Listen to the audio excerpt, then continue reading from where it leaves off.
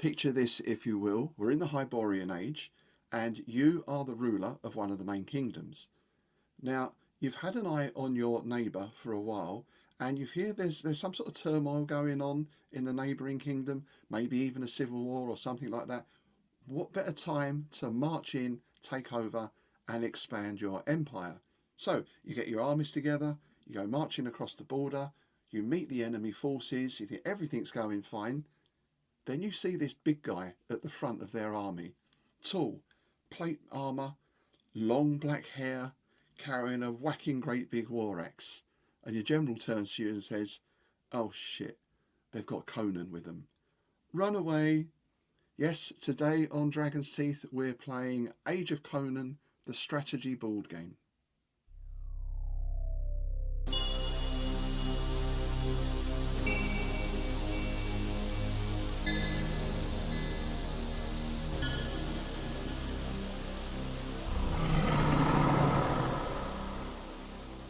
Hi folks, thanks for joining me today. So yes, Age of Conan, the strategy board game. Now, we played this the Sunday just gone at Bedford Gladiators. It was the all-day Sunday, and because we've got like 6 or 7 hours to play, we can normally get a couple of games in. So Matt and I had a game of Starfleet Battles, the classic Federation heavy cruiser versus the Klingon D7, which the Klingons managed to win. And after that, Matt said he had a few other games with him, one of which was Age of Conan. Now, as you may know if you watch the channel regularly, I'm a huge Robert E. Howard fan. Howard, along with Lovecraft and Clark Ashton Smith, they're the trinity of weird fiction. And Howard wrote a lot of different types of stories or created a lot of different characters. But I guess his most famous and still enduring one is Conan of Samaria. So, of course, being a big Howard fan, I naturally said, "Oh, Age of Conan, that sounds interesting." Now, Matt did say, "I've got some other games as well that are pretty good." But no, I was determined to play Conan, and well, we'll get to that later on. Now, this is a game for up to 4 players, so we also recruited John and Luke to join us as well. And what I'm going to do today is give you a quick overview of the game, how it works, the mechanics, that kind of thing. I say quick overview for a couple of reasons, but I'll come to that later on. And I'll also tell you what I thought of the game and what we thought of the game.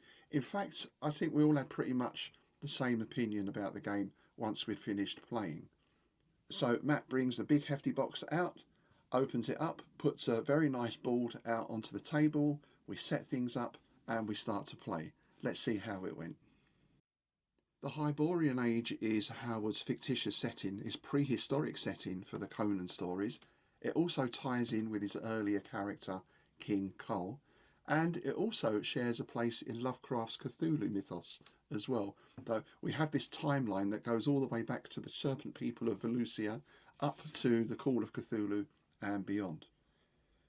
So, as you can see from the board here, we have a number of kingdoms laid out. This is all based on Howard's original map, by the way. This is the classic Hyborian Age layout. And you have the choice to play as one of 4 kingdoms: Turan, Hyperborea, Aquilonia and Stygia. The aim of the game is to accrue empire points. I'm not sure if it's who has the most at the end or if the first person who gets to 30 wins, but basically there's 30 empire points up for grabs.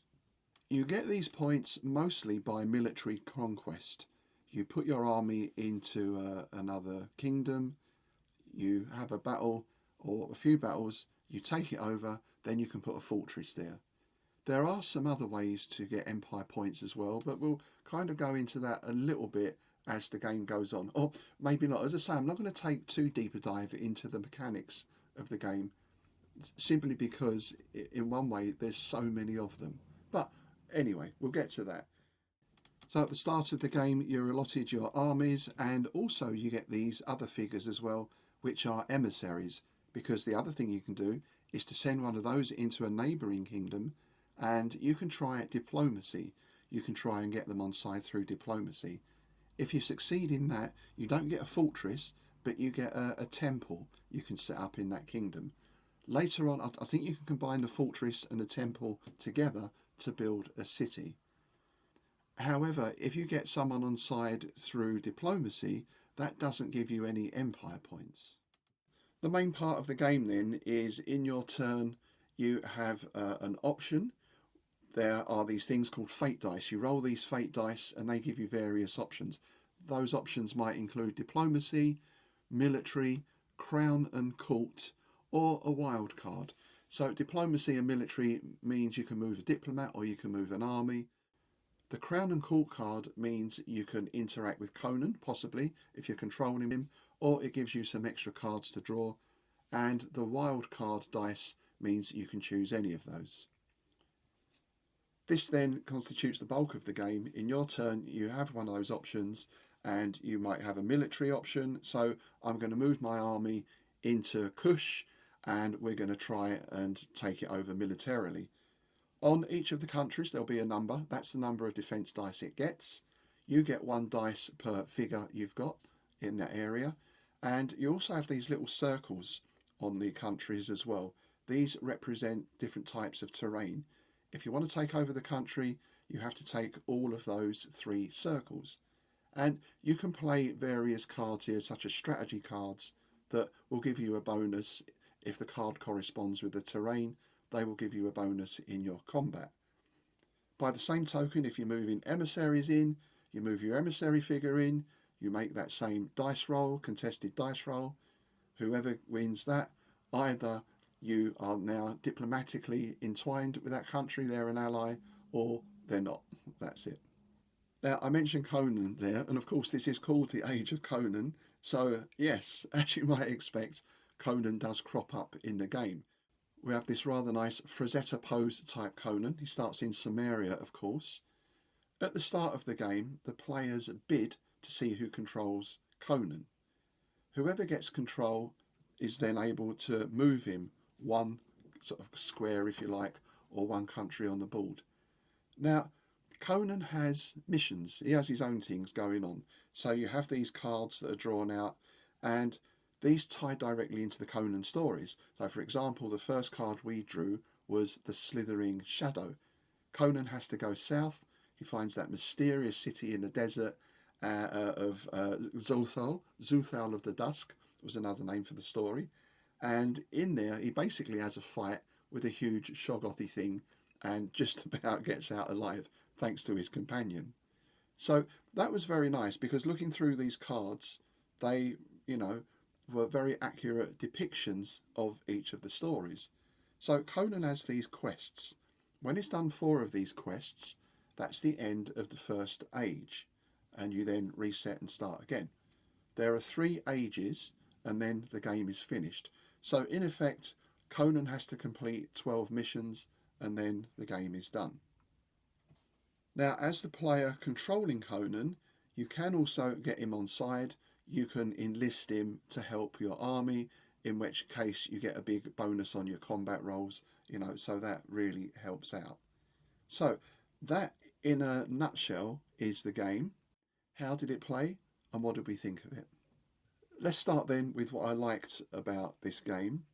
The artwork, the presentation, the components, the board, the pieces, very high standard. They all looked really good, excepting for me the cover on the box.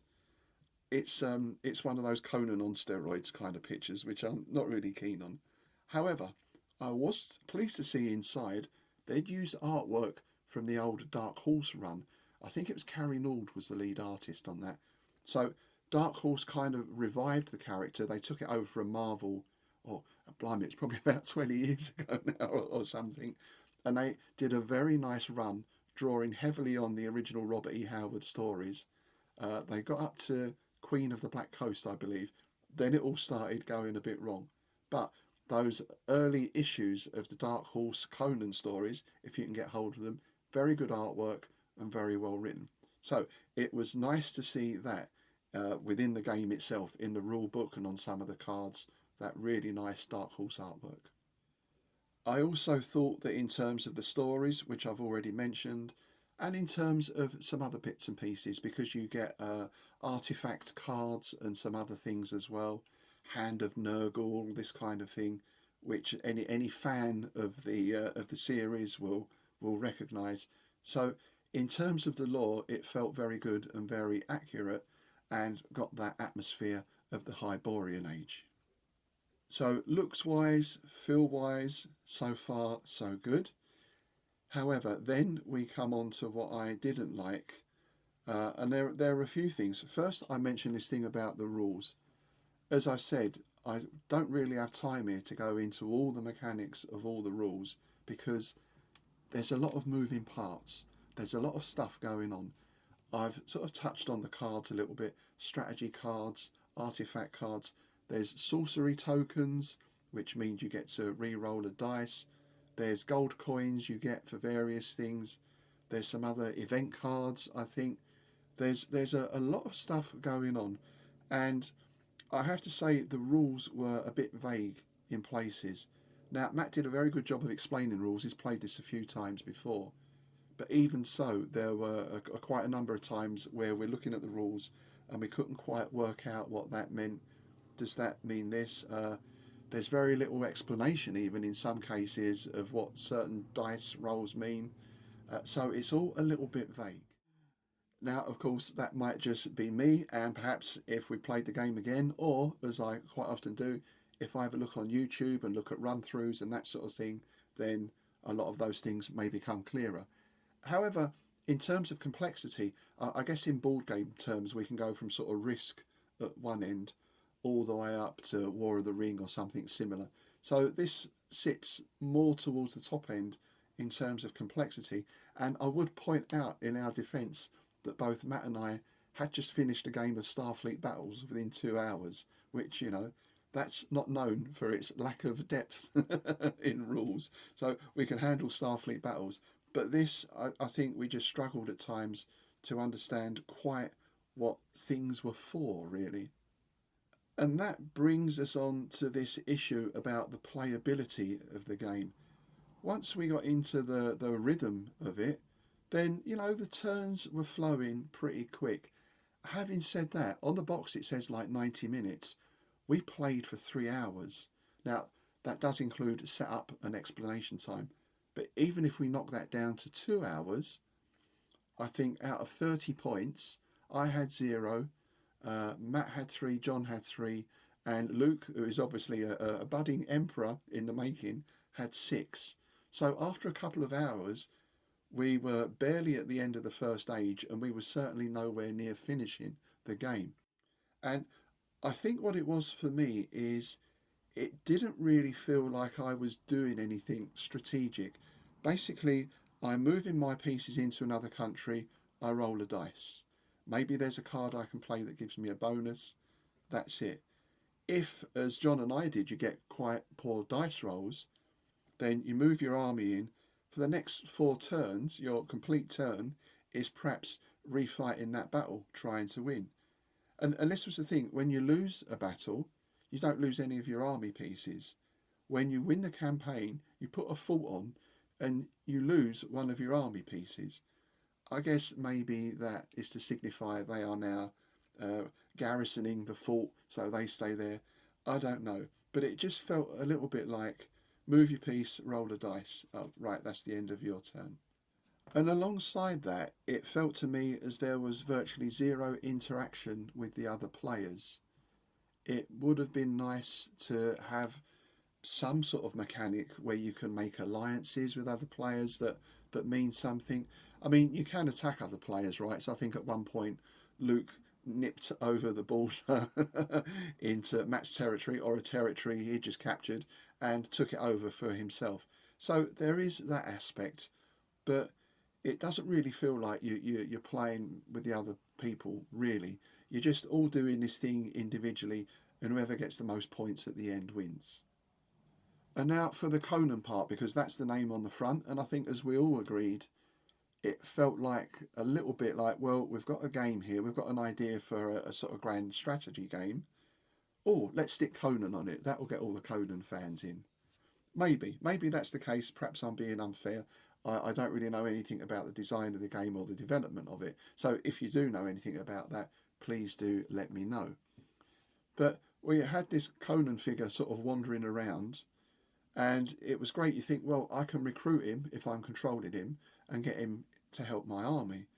The problem was, if Conan's on the other side of the board, as happened with me once, all my fighting's over here, I was Aquilonia, Conan is on the other edge of the board, and I can move him one country per turn. But then that's it, that's my go. So potentially it would have taken maybe 5 turns to get Conan across to link up with my troops, by which time the situation has completely changed. To me, it would make much more sense that if you've got Conan on board, then you move in with your army, perhaps, or something like that. So, as it was, Conan's wandering around, and I suppose he acts more as a timer, really, because you've got this mechanic of 4 adventures, that's the end of that part of the game. So, it is almost more like an hourglass than having any real meaningful impact on the game. Oh, there was another mechanic whereby if you're controlling Conan, you take one of his adventure tokens, I think, but I'm not totally clear on what they did. Um, it feels to me like there's a lot of good ideas in there, and there's the nuts and bolts of a good game. Because let's face it, the setting and the genre are ready made for a good empire game. Diplomacy, military expansion, alliances, all that kind of stuff. But to me, this didn't quite fit together. And the fact that it's also quite complex to learn, as I say, there's all these little things going on. Sometimes you're not even sure when you've got a card, oh, when can I play that? And also, it just felt very limited in what can I do in one turn. Well, I can move one of my figures. Why can't I move all of them? Well, you know, it doesn't sort of feel realistic in that sense as being the commander of an empire with all the resources it's got, and at the same time, I understand like limiting options in the games to provide that strategy element, but it didn't feel like there was any real strategy either than just move a piece into the nearest country, roll some dice. I guess you can say there's a strategy element in terms of what cards you're going to play at what time, or do I forego movement this time and pick a couple of extra cards instead? But I don't know. Those cards didn't really add anything to the experience for me. And I think we all agreed on this. We had a little chat at the end, and I think we all had pretty much the same conclusion. It was not a bad game, but after sort of 3 hours playing, we sort of stopped. You know, it was getting to going home time anyway, and no one said, "Oh, shall we continue this next time? Let's do it again," sort of thing. And Matt quite rightly pointed out. I said to him, "Well, you did kind of say." He said in a nice way, "I do have other games as well." So next time I shall listen to Matt and we'll play. I think you mentioned He-Man was a very good skirmish game, so perhaps we'll try that instead. A shame for me because, as I say, I'm a huge Robert E. Howard and Conan fan, and the Hyborian Age is a fantastic setting for any type of war game. It's interesting though, I've never actually played Hyborian Age war games. Back in the day and even now, my fantasy figures in terms of tabletop battles are either 25mm Middle Earth or, of course, the 10mm Fantastic Battles. Now, 10mm Hyborian Age, that would be something. Fantastic Battles would be a great rule set to explore that. And I do have somewhere an original copy of the old rule set Royal Armies of the Hyborian Age, which I think Lynn Carter was involved in writing. So that is a set of old school tabletop rules for battles. You know, you want Stygia versus Aquilonia, whatever you want, you can do it with those rules. So I've got enough on my plate with Fantastic Battles at the moment with the Bane Wars campaign, but perhaps once all that is wrapped up, I might look at venturing into the Hyborian Age with my 10 mils as well. There we go then. That's my thoughts on Age of Conan strategy battle game. Uh, I've probably left out quite a few things as far as the rules go, but to be honest, the other reason I haven't gone totally in depth is because I don't really recommend it. So I don't see the point in going in depth as I did with Starfleet Battles. I'll talk about Starfleet Battles all day to anyone who listens, and quite often people who don't listen as well, just random passers-by at bus stops, you know, because that still to me is one of the ultimate board games. Such an excellent design. This, not so much, but it was great to try it. Thanks to Matt, John and Luke for playing as well. You know, whatever we're playing, we enjoy ourselves, so there is that. But yeah, not something I would recommend. I would be interested, however, though, if you have played it and perhaps you have seen something that I have missed, or perhaps you found a way to tweak the rules a little. So do let me know in the comments down below. Okay, that's it from the Hyborian Age. I'll see you next time. In the meantime, if you haven't already, please do like, share and subscribe. Please do keep those comments coming in, and never let your sword go rusty.